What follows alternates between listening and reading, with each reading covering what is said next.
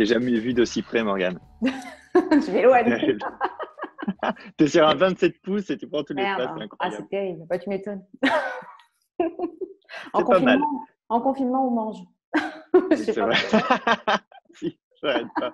Mais je perds du poids, donc je sais pas ce qui se passe. C'est très Ça bizarre. suffit. On va changer tout de suite de sujet. Alors, il y a des gens qui ont des confinements un peu maussades. Il y en a d'autres qui ont des confinements un peu lascifs, voilà, qui s'occupent un petit peu comme ça et puis qui attendent que ça passe. Toi, tu fais partie quand même de ceux qui ont un confinement assez actif et surtout créatif parce que tu offres déjà tu offres beaucoup. Ça c'est quelque chose que j'ai remarqué. Tu offres du temps, mais tu offres des jeux, de l'occupation. Tu as également offert ton livre. Parce que ça, déjà, c'était important de garder ce lien-là avec les gens, puis de les aider à passer eux aussi cette phase un peu compliquée, un peu inédite. Bah, en fait, il y a deux trucs. La première chose, je me suis dit, il y a des saisons dans la vie pour tout. Et donc, il y a des saisons où tu gagnes ta vie et il y a des saisons où tu rends ce qu'on t'a donné. Et là, dans la saison, on n'est pas dans la saison où on prend. Alors après, évidemment, chaque cas est particulier. Moi, j'ai de la chance, c'est-à-dire que d'un côté, on m'a arraché un bout de mon cœur en m'enlevant mes spectacles. C'est très clair et ça demande une organisation de dingue pour la survie de mes techniciens, la survie du spectacle. Mais d'un autre côté, j'ai vraiment la chance d'être digitalisé ou numérisé depuis 4 ans et d'être sur Internet. Donc, en fait, ça m'assoit un socle d'activité qui fait que même si c'est compliqué en ce moment, j'ai pas le droit de dire que c'est dur pour mon activité parce que je m'en sors. Et du coup, comme je m'en sors, c'est hors de question d'essayer de faire des bénéfices supplémentaires dans cette période. C'est plus de se dire, OK, par contre, pour tous ceux pour qui c'est plus compliqué que moi, qu'est-ce que je peux faire? Ben, moi, je peux juste offrir ce que je crée. C'est la base des artistes, des auteurs, des créatifs, etc. Donc, je me suis dit, ben, je vais solliciter un peu dans tous les domaines tous ceux qui travaillent avec moi pour voir s'ils sont OK pour que j'offre un maximum de choses. C'est comme ça que mon éditeur m'a suivi pour me dire, OK, tu peux offrir ton dernier livre, mais 3 jours maximum, s'il Ouais. te plaît, parce qu'on sait qu'on a coupé les ventes. On a eu, c'est hallucinant, 70 000 téléchargements du livre. On parle d'un livre qui est sorti il y a quelques mois à peine, qui est encore en librairie et qui, on le sait, se vendra plus hein, suite à ça. Mais c'est pas très grave en fait, parce que bah, il se vendra bien moins que ce qu'il aurait pu se vendre avec une vraie Mm. promo et en étant payant. Mais c'est pas très grave. Il y aura le prochain livre et puis il y avait le précédent. Et puis en ce moment, c'est trop particulier pour se dire que la règle du jeu n'a pas changé en ce moment. Parce que c'est ça la deuxième chose, c'est que depuis le début du confinement, moi j'agis pour m'aider mentalement comme si le confinement allait durer toute ma vie. Tu vois? Mm. Et en me disant ça, je suis obligé de tout réinventer dans ma vie personnelle et professionnelle en ce moment, tu vois, depuis le premier jour du confinement. Et le jour où ça s'arrêtera, ce sera vraiment pas compliqué de revenir à ma vie normale. Ce sera pas un effort de le faire. Et je serai très heureux de ça. Mais en attendant, je suis pas dans une situation d'attente et de me dire est-ce que je bouge, est-ce que je bouge pas. Dès le premier jour, je me suis dit je vais bouger pour les gens, pour leur offrir des choses, pour essayer aussi d'être utile. Et mon utilité, elle passe que par le créatif. Alors, il y a déjà bouger pour être utile, c'est sûr, mais bouger aussi pour soi. Ça maintient, toi qui t'occupes beaucoup du cerveau, de la mémoire et de tout son mécanisme, ça te maintient aussi dans une dynamique créative. Oui, et puis alors après, on va pas se mentir, la création, elle est toujours sublimée par les contraintes. C'est-à-dire que si demain tu me dis: «Tu sais quoi? Fais-moi une vidéo d'une heure sur ce que tu veux», je vais galérer à trouver une idée. Si demain tu me dis: «Fais-moi une vidéo d'une heure, mais par contre, faut qu'il y ait ci, faut pas qu'il y ait ça, faut que ce soit telle langue, faut que ce soit machin», ça donne plein de contraintes qui te donnent plein d'idées justement pour contourner ces contraintes-là. Et du coup, le confinement m'a donné, tout de suite, spontanément, m'a fait naître plein d'idées de OK, peut-être on pourrait mettre ça en place et peut-être on pourrait faire ça. Là, j'ai tourné une vidéo qui n'est pas sortie. C'est un loup-garou avec des abonnés. Donc, le jeu loup-garou, on le fait avec des abonnés sur Zoom, en mode on fait un loup-garou à distance en confinement. Jamais j'aurais eu l'idée de faire quelque chose comme ça si on n'avait pas vécu ce qu'on vit en ce moment. Donc, c'est d'essayer de trouver du positif dans toute cette période de trouble, en fait. Alors du coup, un confinement où tu t'occupes, où tu donnes, donc tu le dis, tu donnes déjà de ton temps tout simplement. Il y a le Oli Carton, on voit aussi Oui, tous les tous les jeux avec des codes où on peut aller mettre Ouais, son code à la fin. Donc, voilà, où on peut découvrir, on n'est pas obligé d'attendre non plus, un peu comme à l'ancienne où on attendait le magazine c'est d'après ça. pour savoir. Donc, ça aussi, c'est ludique d'avoir ça. Donc, il y a déjà tous ces petits trucs-là aussi qui permettent, qui sortent de la vidéo pure. Oui. T'as pas voulu faire une vidéo par jour et basta, rester dans un cadre. Ouais. Tu t'es permis justement de diversifier l'offre. Oui, c'est-à-dire que on aurait pu se dire, allez, je fais une vidéo tous les jours, ça occupe bien, etc. Mais faire des vidéos, je connais, je sais faire, il n'y a rien de nouveau là-dedans. Donc, c'est pas stimulant pour moi intellectuellement de se dire, on va augmenter la cadence, surtout que j'ai fait une vidéo par jour pendant un an en 2016, donc je sais ce fonctionnement. Et je me suis dit, de toute manière, la première chose que tous les artistes ou les vidéastes vont faire, c'est fournir plus de vidéos. Donc, il n'y aura pas de carence de ce côté-là. Donc, c'est pas intéressant que je veuille rajouter de la masse parce qu'en fait, la difficulté, en fait, dans ça, c'est de se dire, est-ce que je fais quelque chose pour le plaisir de le faire et pour offrir, mais aussi pour mon plaisir personnel, ou est-ce que je fais des choses parce que j'ai peur de plus exister en ce moment? Et en fait, c'était vraiment ça. Quand je fais un cadenas, j'existe pas plus avec le cadenas. Par contre, je passe un vrai kiff à le fabriquer, je passe un vrai kiff à le mettre sur les réseaux et à voir tout le monde essayer de le résoudre. D'ailleurs, il y en a qui le recopient, qui me citent pas, ils me le volent. Il n'y a aucun problème avec ça, tu vois. On, on se fait un délire personnel et puis et après il vit sa vie, quoi, tu vois. Donc c'était vraiment ça de se dire, faut que je fasse attention à pas confondre mon désir de créer avec mon désir d'exister. Et puis, ça permet aussi de garder notre esprit à nous vif. C'est-à-dire Oui, qu'on c'est peut important. regarder une vidéo, mais on reste quand même assez spectateur. Là, Passif. toi, ce que tu Ouais, proposes, c'est d'être actif, c'est de jouer, c'est ouais. de voilà, bouger nos méninges. Mais ça, je trouve ça, déjà, c'est original. Bon, ça correspond à ce que tu nous proposes déjà habituellement. C'est vrai qu'il y a une lignée. Euh, Oui, c'est pas voilà. déconnant, t'as vu. Voilà. Ouais, Mais moi, j'aime beaucoup cette idée-là, justement. Et puis, ça nous permet aussi de renouer en tant… Alors, il n'y a pas que des adultes qui jouent, mais en tant qu'adultes, renouer avec le jeu. On a oui, une grosse tendance à oublier, je trouve. oui, alors en plus c'est terrible, tu vois, ça me fait penser à 2 trucs. Le premier truc, c'est que tous les mammifères apprennent par le jeu. Tous. Et il y en a que un qui le néglige, c'est l'homme en fait. Tu vois, où on lui dit apprendre, c'est un truc de sérieux et tout, alors que pas du tout. C'est pas comme ça que ça marche dans le cerveau. Et puis le deuxième truc, c'est que quand je me suis dit je vais faire ça dans exactement ce que tu déroules comme idée, je me suis dit par contre, on va faire comme si les gens n'avaient pas le temps et pas envie de se prendre la tête, parce que c'est une réalité. Donc en fait, les jeux que je mets, ils sont souvent résolvables mentalement. Tu n'as pas besoin de noter ou quoi. Tu prenais l'exemple des petits cadenas. Les petits cadenas, tu commences à lire, tu commences déjà à réfléchir malgré toi. Et comme tu as commencé à réfléchir, tu as envie de connaître la suite et tu n'as pas besoin de noter et tout, t'essaies. Et du coup, la finalité, c'était de trouver un système pour qu'ils puissent auto-vérifier leurs réponses sans attendre pour pas faire naître de frustration, parce que c'est pas le but, c'est de frustrer personne. Et là, j'ai trouvé un site pour l'anecdote qui s'appelle Loki, qui permet de faire des cadenas virtuels. C'est un mec qui a créé ça tout seul, quoi. Je veux dire, c'est pas une entreprise ou quoi. Il a créé ce code pour lui pour faire ses escape games. Et du coup, il m'a envoyé un mail depuis en me disant qu'il avait enfin trouvé la source de ces 100 000 connexions par jour, qu'il n'a pas compris ce qui s'est passé. Il était genre, il y avait 4-5 personnes qui utilisaient le site tous les jours et c'est passé à D'accord. des centaines de milliers. Et du coup, voilà, on s'est mis en relation ensemble. Puis je l'ai félicité parce que son travail est super cool. Donc, il y a ça aussi qui est drôle, c'est que cette période-là m'a permis de découvrir des pépites sur Internet de gars qui font des choses excellentes dans leur coin. Et du coup, je les mets en avant. C'est ce que je fais sur Instagram aussi, d'ailleurs. Sur Instagram, tous les jours, je donne des faits insolites sur un domaine particulier. Et depuis le début du confinement, un jour sur deux, je l'ouvre à n'importe qui peut m'envoyer une vidéo sur un truc qui le passionne lui et il m'en parle pendant 1 minute. Il me raconte des faits insolites sur le truc et un jour sur deux, je diffuse leurs vidéos. Donc, il y a une vingtaine de personnes qui sont déjà passées et moi, j'apprends plein de trucs. C'est trop bien. Et puis, il y a ce jeu qui n'a la vocation que de nous permettre de jouer. Il n'y a rien à gagner. Ça aussi, je trouve que… Ah oui, et on voit que ouais, ça fonctionne. Donc, ouais. comme quoi, on n'est pas tous tout le temps motivés par le gain. Oui, oui, oui. Et ça, je l'avais découvert quand j'avais fait un livre qui s'appelle L'impossible affaire des diamants volés. C'était un livre d'énigmes qui était sorti il y a un an et demi. Et il y avait 10 vrais diamants à gagner. Tu vois, d'ailleurs, je t'en ai envoyé un comme tu me l'as demandé, Bah ouais, j'attends le qu'il chef de arrive. la balise. On a des Ouais, petits mais problèmes de c'est la livraison en poste ce en ce moment. moment. Ouais, c'est ça.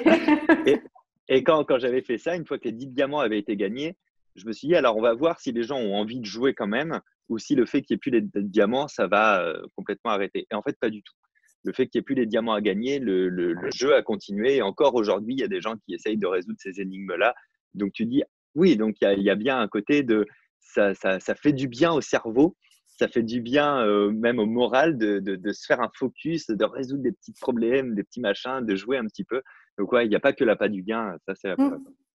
Il y a le divertissement et puis la satisfaction aussi quand on réussit à résoudre une La énigme. dopamine, bien sûr, la dopamine qui, en fait, le cerveau, il génère quatre substances endogènes, c'est-à-dire qu'il les fabrique lui-même de récompense, de plaisir, donc l'ocytocine, la dopamine, l'endorphine, etc.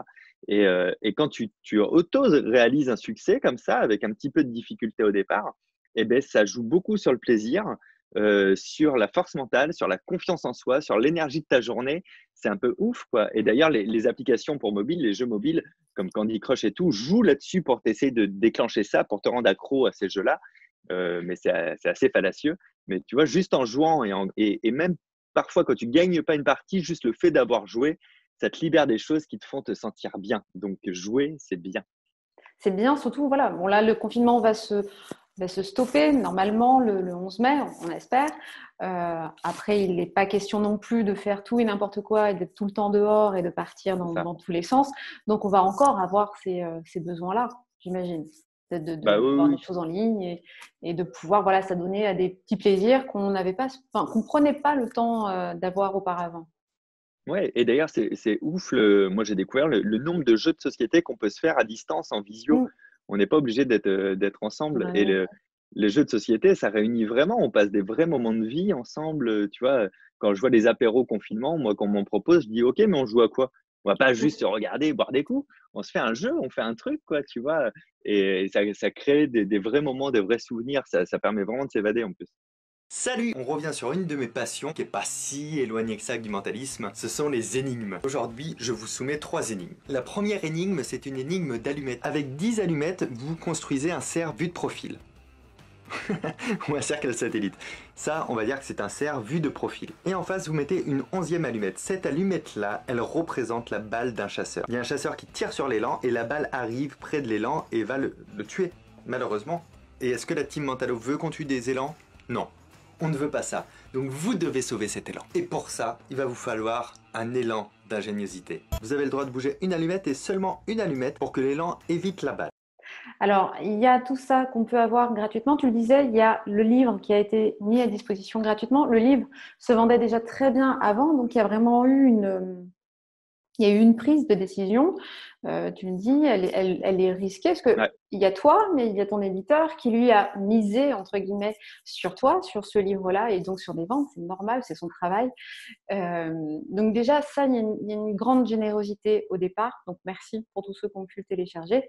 Et puis, Ouais. Et merci aux éditions First, du coup, c'est vraiment Vincent. Je le dis parce que il m'a pas dit non, on va mettre un ancien livre, non, on va pas le faire, on va mettre que la moitié. Il a dit oui, surtout en disant, écoute, on gagnera un peu d'argent sur le prochain et puis c'est pas grave, tu vois. Donc c'est vraiment merci à lui aussi.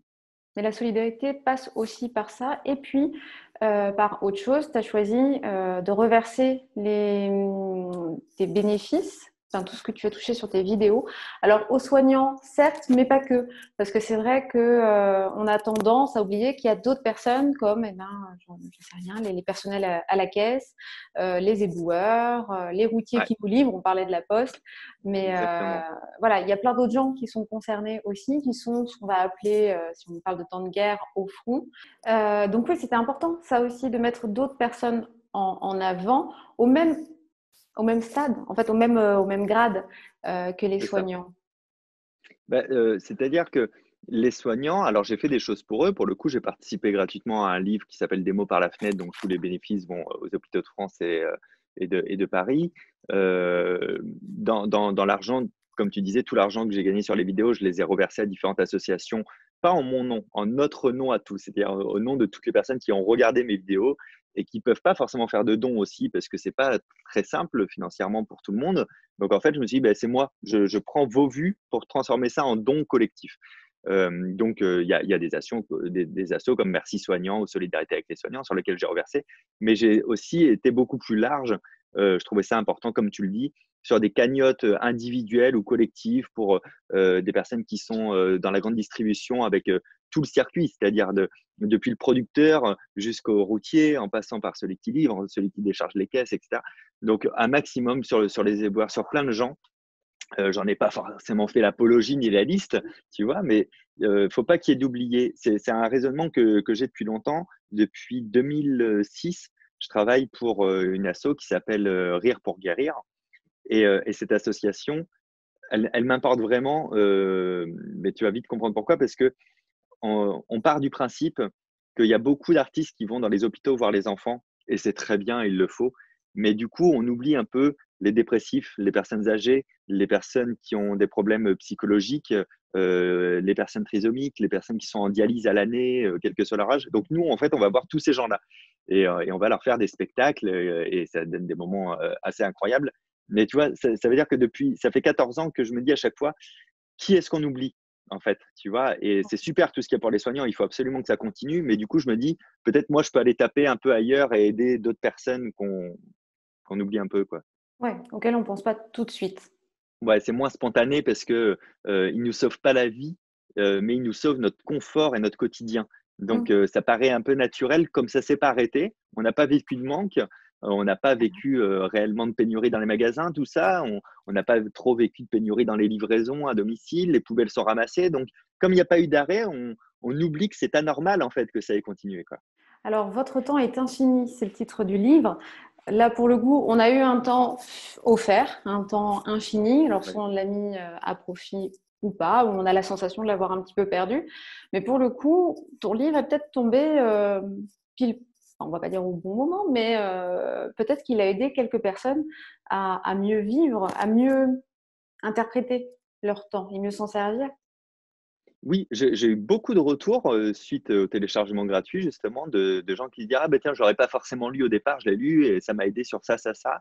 Les 2 plus gros retours, c'est ceux qui me disent, que c'était très intéressant de comprendre le temps et de comprendre, que le temps est lié à son énergie et que quand tu perds ton énergie, tu perds ton temps et quand tu perds ton temps, tu perds ton énergie. Et puis après, j'ai beaucoup de personnes et ça, c'est super, qui m'ont dit: «Ben, en fait, c'est cool, je veux pas que ma vie, quand elle va reprendre après le déconfinement, elle soit aussi, réactive et speed que d'habitude. Du coup, je suis en train, avec le bouquin, de remettre tout mon système de fonctionnement dans ma vie perso ou pro en place pour pouvoir, connaître ce ralenti que je vis maintenant. En fait, ça pourrait être ma vie quotidienne, elle pourrait être comme ça et c'est tout à fait le cas. C'est-à-dire que même si on a toujours l'impression d'être speed, on l'est jamais vraiment en fait. C'est l'impression qu'on a parce que c'est souvent un problème de priorité. Le gros problème, c'est l'urgence, la priorité, le fait de se dire: «Est-ce que ce truc que j'ai en tête qui est de la charge mentale est vraiment si urgent ou est-ce que je veux juste m'en débarrasser urgemment, ce qui n'a rien à voir?» Bon bref, Mmh. c'est hyper intéressant. Tu Non, me mais c'est une branches sur le question. temps, je peux en parler 3 heures. Mais après aussi, je me demande depuis un moment si on ne fait pas en sorte, inconsciemment, d'être très occupé pour éviter aussi parfois de réfléchir à certaines Ah choses, bah, c'est sûr. et particulièrement au temps qui passe, qui nous emmène inexorablement vers une fin qu'on se refuse de voir. Donc, Ouais. j'ai la sensation que de ne pas vouloir s'arrêter et s'occuper pleinement l'esprit tout le temps, ou en tout cas avoir cette sensation, nous évite justement de s'arrêter, de regarder, d'écouter des oiseaux et de prendre le temps et de risquer peut-être de s'interroger sur le sens de l'existence, sur le Ah fait bah, qu'un jour on ne sera complètement. plus là, que la Terre sera, j'espère, toujours là, mais plus nous. Voilà, je me demande si le fait de se surcharger, s'auto-surcharger constamment, ne nous rassure pas un petit peu. Ça nous épuise physiquement. Bah, en fait, déjà, ça permet d'exister et on existe, dans la plainte, dans dire: «Ah, «Je crevais, j'en peux plus» et cetera. On existe dans ces moments-là. On existe dans le fait de faire, de fabriquer, donc fabriquer, ça peut être faire un trajet, hein, tu vois? Tu fabriques quelque chose à ce moment-là, donc c'est très rassurant et comme tu dis, ça évite en plus, de réfléchir et de se poser les questions. On a tendance à se construire des murs mentaux pour, se faire des espèces d'œillères comme ça, et toutes les occupations, comme les téléphones et cetera, c'est aussi un moyen de moins réfléchir, donc on a tendance quand même à moins se poser. Donc c'est vrai qu'on se surcharge pour ça. le but philosophique, oui, c'est d'oublier que le temps, il s'arrête à un moment. Je ne sais pas si je l'ai à portée de main, sinon attends, je vais peut-être te la faire voir. Ah non, elle est rangée en bas, d'accord. Moi, je te la fais pas voir. Moi, j'ai une montre qui me donne pas l'heure. Elle me dit le temps potentiel qui me reste à vivre par rapport à mon âge, aux excès que j'ai pu avoir, etc. Et tu dis, c'est hyper morbide. Mais en fait, pas tant. Moi, j'adore me dire, OK, il me reste statistiquement entre 38 et 40 ans à vivre avec la moyenne nationale, tu vois. Donc, il est hors de question que je gâche ce temps-là à être tout le temps sur mon téléphone, à être tout le temps en train d'être sollicité, d'être actif. Tu vois, je veux faire que ce qui me plaît. Tu vois, c'est juste important, quoi. Tout ce qui me ramène du plaisir et une vraie sensation de bien-être. Parce que d'ailleurs, c'est même pas tant le plaisir que je recherche que la sensation de neutralité. Tu sais, juste le tout va bien. Tu vois, le plaisir, c'est un pic. Alors, c'est dangereux de courir après le Ouais. plaisir, mais déjà de se dire, bon, mais en fait, ça va. Tout va bien dans l'absolu. Et c'est ça que je cherche. Et pour le trouver, il faut vraiment reprendre du temps pour soi. Et le temps pour soi, c'est là où je te rejoins, c'est pas forcément le temps personnel. Le temps personnel, c'est je décide d'aller à un cours d'anglais, c'est un truc qui est personnel. Je décide de faire de la guitare, c'est personnel. Le temps pour soi, c'est le temps où tu te poses juste et tu fais rien, tu vois. Et s'il y a des gens qui n'avaient pas pris du temps pour soi, euh, on n'aurait pas le savoir qu'on a aujourd'hui. Newton, il se débloque la théorie de la gravité en voyant une pomme tomber. Tu vois, c'est vraiment en flânant. Quand on a, je ne sais plus qui l'a trouvé d'ailleurs, quand on a le système qui fait les GPS aujourd'hui, le truc à 3 axes, c'est parce que, alors j'ai oublié le nom du scientifique, excusez-moi, c'est parce qu'un mec était allongé sur son lit depuis 2 heures et il regarde une mouche voler et il se dit, ah tiens, pour savoir où elle est, il faudrait que je sache sa distance par rapport à ce mur et au plafond. Tu vois ce que je veux dire? L'oisiveté, c'est aussi ce qui permet au cerveau de s'exprimer, de lancer sa créativité, sa relation avec lui-même et ses relations sur le monde. Donc c'est hyper intéressant. En fait, on ne prend plus le temps de s'ennuyer. Oui, c'est ça. Et l'ennui, en réalité, n'existe pas au final. Tu vois, c'est la peur de se retrouver avec soi-même. Bah, pour certains, on peut le comprendre. Hein. Des noms? Donne Non. des noms, Morgane. Tu parlais de pics de plaisir. Un des pics qu'en tant qu'artiste, tu connais très bien, c'est la scène. Donc, la scène a dû s'arrêter pour le moment. Donc, c'est-à-dire aussi qu'il y a un gros travail pour tes équipes de report de date. Donc Ouais. là, j'ai regardé à première vue, il y en a quand même pas mal qui ont été refixés, voire quasi toutes. Moi, ça a été ma priorité. On a reporté 100% de la tournée. Il n'y a pas de dates qui ont été annulées. La seule date qui avait été annulée, c'est un festival qui ne sera pas reconduit. D'accord. Donc, moi, je produis une date dans la ville, du coup, pour dire, voilà, c'est maintenu et on y joue quand même. Là aussi, on perd beaucoup d'argent et c'est très compliqué, mais c'était vraiment essentiel de se dire, je devais passer, je passerai quand même. Alors après, des fois, c'est dans très longtemps. Parce que, comme tu le sais, on est des milliers de spectacles à vouloir se reporter sur une saison qui était déjà faite. C'est une espèce d'enfer comme ça. Et puis de prendre soin de mes équipes aussi, de tous mes techniciens, savoir s'ils ont besoin de quelque chose en ce moment, dans leur vie perso, dans leur vie pro, de surtout pas les abandonner en disant bah, c'est pas de ma faute, il n'y a plus de spectacle. Quoi. J'ai la responsabilité de cœur que mes équipes vont bien. Ça fait 10 ans qu'on travaille ensemble pour la plupart, donc c'est des frères d'armes, tu vois. Et puis voilà, on a vraiment tout recalé. Le Zénith de Paris est maintenu fin novembre jusqu'à nouvel ordre. Et même ça, tu vois, j'ai déjà prévu des dates de report potentiel si jamais il y avait un souci, quoi. On essaie d'avoir un coup d'avance, quoi. Il y a un magazine Oui, que tu as Curious. créé, Curious. Là, on t'a sorti 2 numéros, je crois. Oui, le troisième sort lundi, tu vois, D'accord. le numéro 3. Donc, c'est un magazine mensuel. Ah, on voulait l'appeler le mensuel, il Bonne paraît que idée. c'était pris.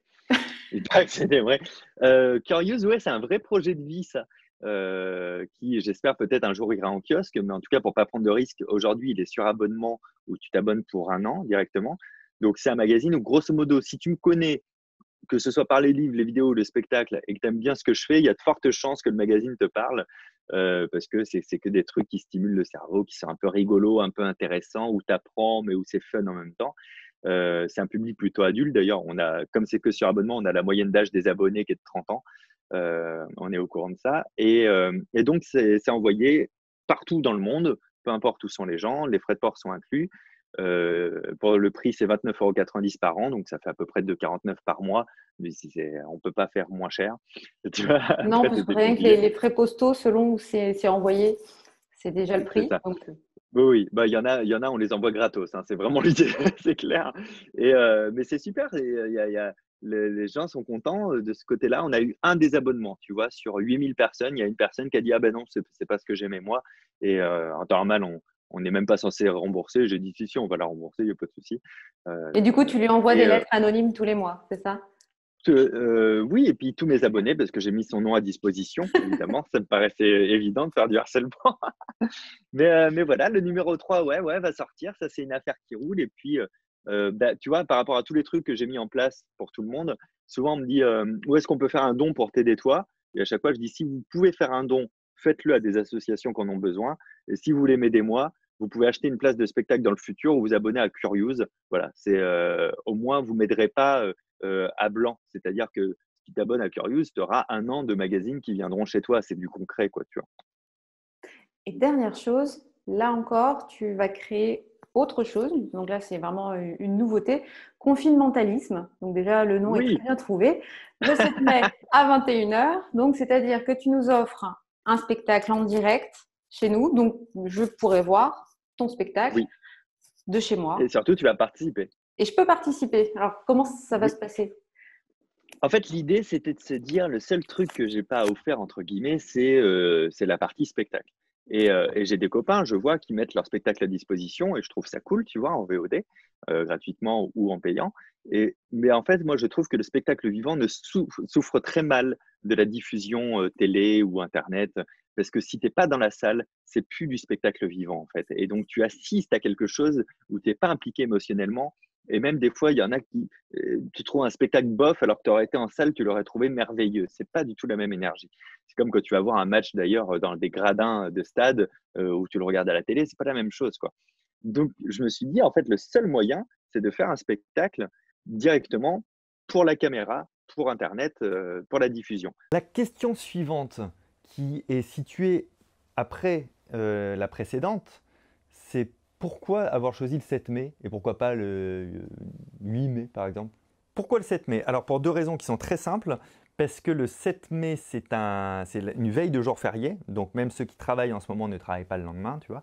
Et aussi parce que le lendemain, il y avait la finale de koh et ça m'intéresse de la voir. Tu suis, toi? Bah voilà, moi aussi. Donc ça implique le fait de le faire en direct, et ça implique le fait de se dire: «Les spectateurs, tu dois considérer que c'est les gens qui sont derrière leur écran». Donc, on va faire du mentalisme interactif. Je vais vous dire de penser à des choses, je vais essayer de les trouver, je vais vous dire de faire des choix. C'est même pas je prends des gens en visio, je construis un spectacle où je parle à la personne qui regarde la vidéo et en temps réel. Voilà. Donc, je vais essayer de vous mentaliser tous à distance comme ça. Point de vue technologie, ce genre de choses, tu les conçois seul ou vous êtes... Oui, d'accord. Oui, ouais, ouais. Oui, oui. Bah, du coup, là, j'ai toute, l'équipe de Sherlock's Mind, donc on va dire le cœur de mon activité. Donc Loïc, qui fait, le cadrage et les montages, et Fanny qui est ma chargée de prod, qui vont m'aider à ce que le flux du live se passe bien, et cetera. Mais comme moi, je fais déjà des lives un peu de temps en temps sur Twitch, je connais bien la mécanique, on a déjà les logiciels, donc on croise les doigts pour qu'il y ait pas de bug technique, le jour J. Mais bon, il n'y a pas de raison, et on va se faire un vrai spectacle d'1 heure, mais interactif, c'est-à-dire que vous êtes au premier rang, c'est-à-dire dans votre canapé chez vous, quoi. C'est excellent. Donc le 7 mai à 21h. 7 mai à 21 heures, exactement. Place Merci VIP beaucoup. pour tout le monde. Ça, c'est classe. Champagne ou pas?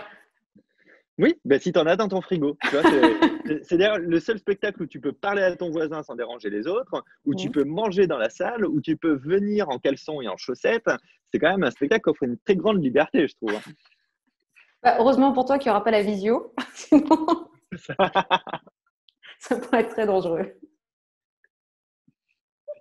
Merci beaucoup. Merci Morgane, merci à toi.